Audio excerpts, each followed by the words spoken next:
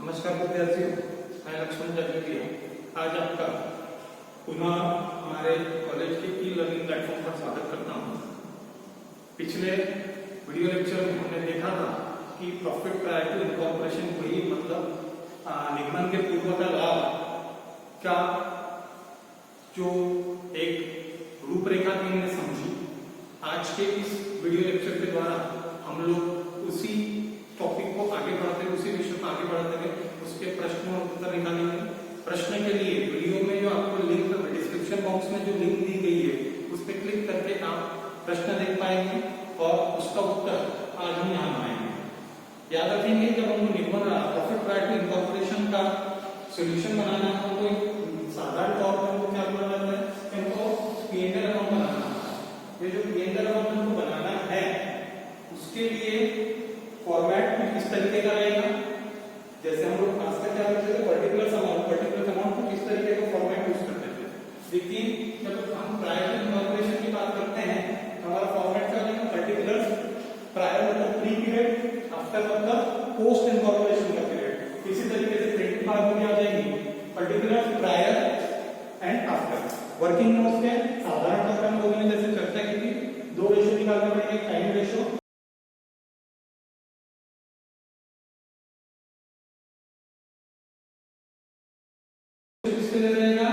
वो रहेगा variable expenses के लिए होता है। कुछ इस तरीके से हम क्या करना है, फिर इसका उत्तर बनाना है। तो पहले प्रश्न के बारे में थोड़ी सी जानकारी ले लेते हैं, चर्चा कर लेते हैं। तो ऐसा बताया गया है कि अभय लिमिटेड कब इनकॉर्पोरेट हुई, 1 जुलाई को। 1 जुलाई को क्या होंगे, उसको सर्टिफिकेट ऑफ इनकॉर्पोरेशन मिला है, COI मिला है। ठीक है, हमारा वित्तीय वर्ष कब होता है, 1 अप्रैल को खत्म कब होता है, 31 मार्च को। तो ये हमारा बन गया कि 1 जुलाई को वो इनकॉर्पोरेट हुई है कब, 1990।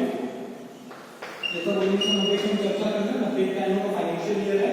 और उस वक्त उसने क्या किया, अभय लिमिटेड ने एक चालू कंपनी जो अपना काम कर रही थी, अपने व्यवहार उसके चालू थी, उस कंपनी को खरीदा, उसको टेक ओवर किया। किसका, मिस्टर नंदू का। और कब खरीदा उन्होंने, 1 अप्रैल को परचेस किया। परचेस कब किया, 1 अप्रैल 1990 को। किससे खरीदा, मिस्टर नंदू से।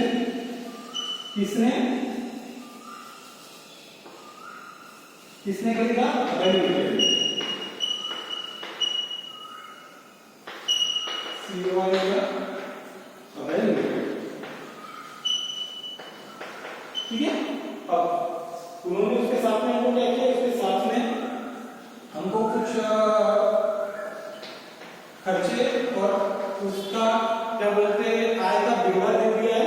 इसके स्वरूप में 31 मार्च 1991 को हमको क्या दे दिया, P&L अकाउंट दे दिया, प्रॉफिट एंड लॉस अकाउंट की।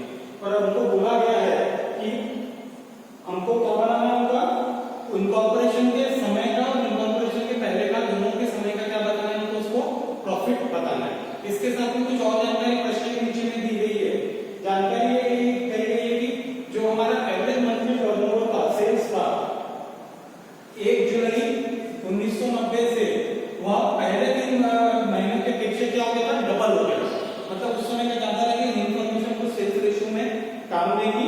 तो वहां पे हम लोग इसको क्या करेंगे, यूज करेंगे। तो सबसे पहले निकालेंगे टाइम रेशियो। टाइम रेशियो का हम लोग ने क्या बोला था, प्री इनकॉर्पोरेशन पीरियड कितना है हमारा, 1 अप्रैल से 1 मई, 1 मई से 1 जून, 1 जून से 1 जुलाई। तो अप्रैल, मई, जून, 3 मंथ, 3 महीने। और पोस्ट कितना है, 9 महीने, क्योंकि साल के 12 महीने होते हैं। तो उस तरीके से हमारा क्या हो गया, यहाँ तक 3 मंथ का आ गया, 3 महीने का लिख लीजिए। और यहाँ तक कितना आ जाएगा, 9 महीने का आ गया। ये पोस्ट हो गया, ये प्री हो गया। ठीक है, तो 3 महीने और कितना आ गया, 9 महीने। तो टाइम रेशियो कैसे निकालते हैं, 3:पोस्ट इक्वल्स टू 3:9 इक्वल्स टू 1:3। आपका टाइम रेशियो आ गया 1:3 3। ठीक है, अब निकालते हैं सेल्स रेशियो।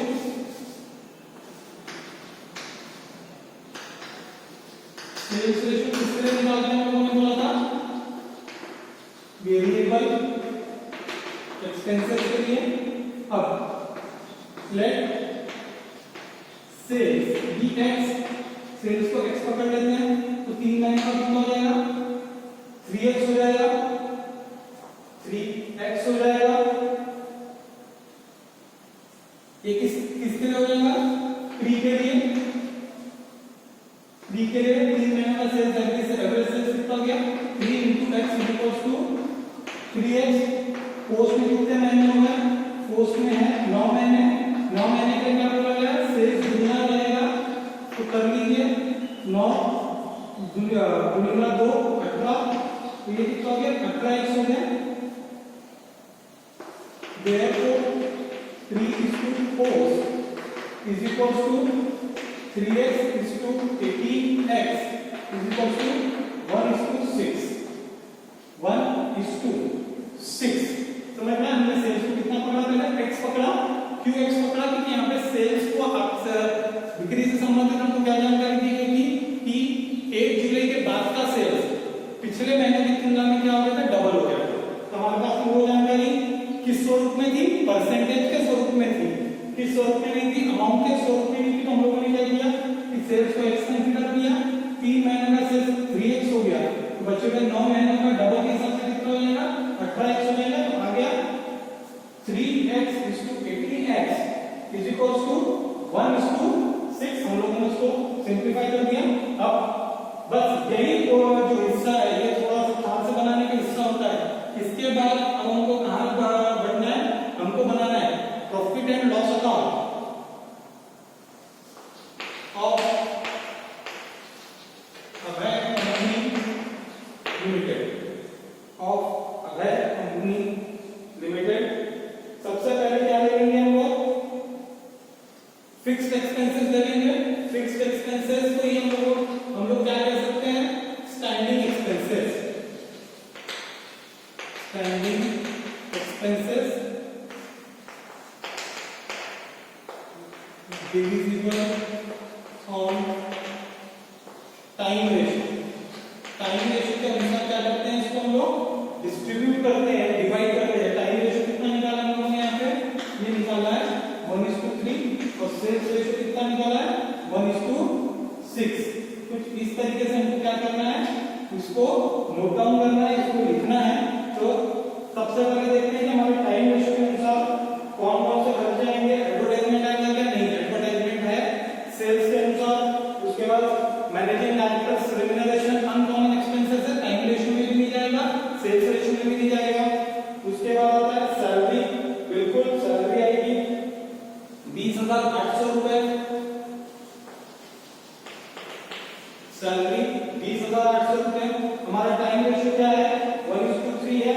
लिख लीजिए अंदर में 20,800, यहाँ पे टाइम रेशियो लिख लीजिए, बार बार अंदर देखना नहीं पड़ेगा। 20,800। अब सैलरी के बाद और कौन सा खर्चा दिया गया है, टाइम रेशियो के अनुसार डिवाइड होगा। प्रीलिमिनरी एक्सपेंसेस बिल्कुल नहीं। Rent and taxes, rent insurance भी है 600 रुपए, इंश्योरेंस 600 रुपए। उसके बाद है रेंट एंड टैक्सेस, ये दोनों भी क्या है, टाइम रेशियो के अनुसार डिवाइड होते हैं। इसका अमाउंट देख लीजिए कितना दिया गया है, प्रश्न में इसका अमाउंट दिया गया है 3,000 रुपए। 3,000 रुपए डाल दीजिए। इसका यहाँ पे टोटल कर लीजिए 20,800 प्लस 600 प्लस 3,000, 24,400 रुपए। इस पूरे खर्चे को किस रेशियो में डिवाइड करना पड़ेगा, 1:3 में कर दीजिए। 1:3 में डिवाइड 20,400 भागीला 4, 3 + 1 4 into 1 तो वो आ जाएगा 1 किसके लिए जाएगा, इधर जाएगा, कितना आएगा 6100 रुपए। और यहाँ पे आ जाएगा पोस्ट एंड कॉर्पोरेशन में 18,300 रुपए।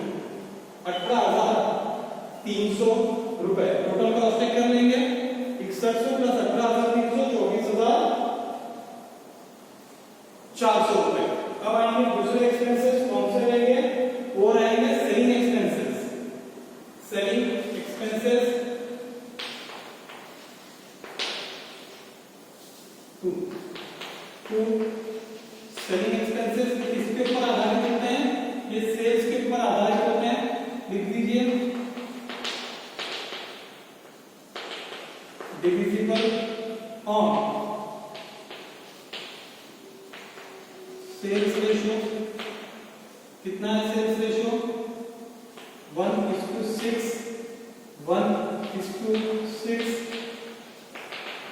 सबसे पहला कौन सा है एडवर्टाइजमेंट है।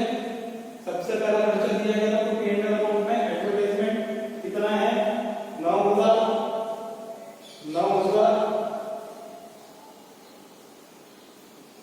और दूसरा दिया गया है सॉरी एडवर्टाइजमेंट 7,875 रुपए 9,000 नहीं 7,875। दूसरा है डिस्काउंट सेल्स पे देते हैं लोग साधारण तौर पे डिस्काउंट दिया जाता है तो वो डिस्काउंट ले लेंगे। सबसे आखिर में दिया हुआ है कितना दिया हुआ है 1,600 रुपए 1,600 रुपए लिख लेंगे टोटल कर लेंगे 9,475 रुपए 9,475 रुपए।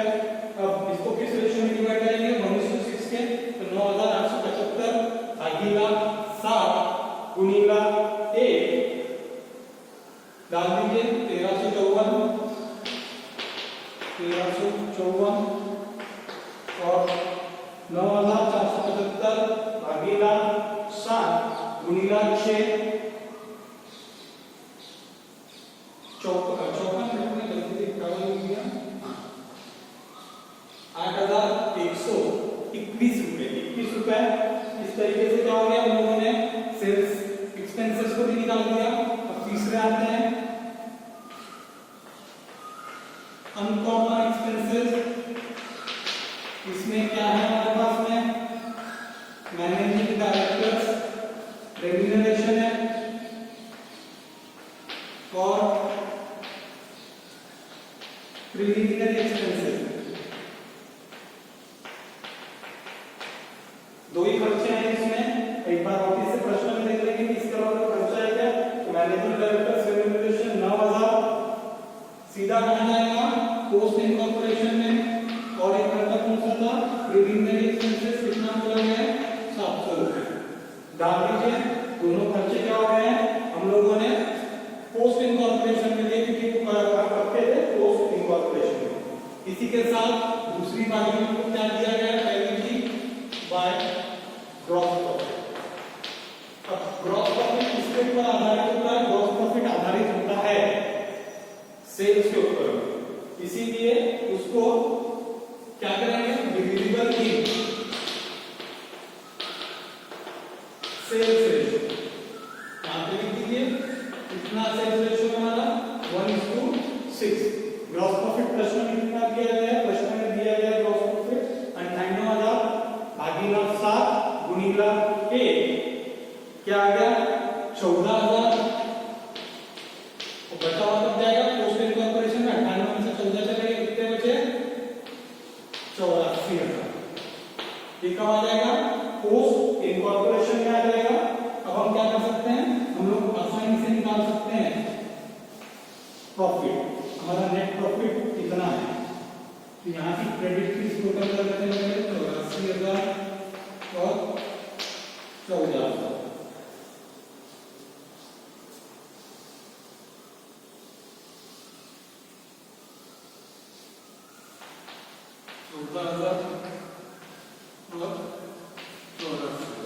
टोटल कर लीजिए 6100 प्लस 1354 माइनस 14,000 ये चौथी चीज क्या निकालेंगे हम लोग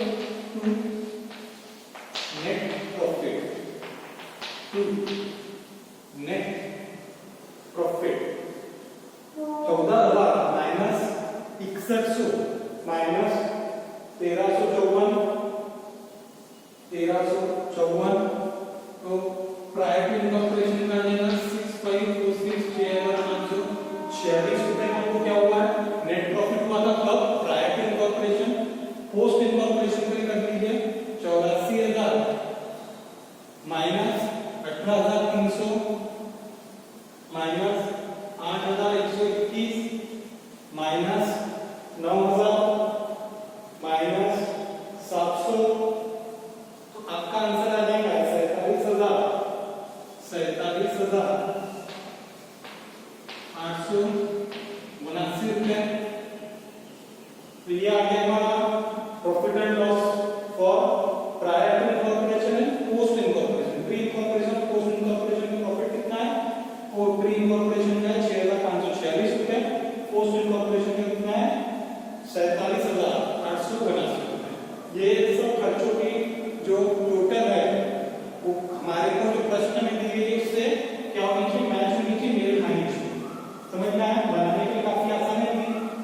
क्या है, शर्त क्या है कि आपका टाइम ऑफ सेल्स रेशियो आपको बराबर बनाते आ गया तो निश्चित तौर पे आप प्री इनकॉर्पोरेशन पोस्ट इनकॉर्पोरेशन का प्रॉफिट बड़े ही आसानी से निकाल सकते हैं।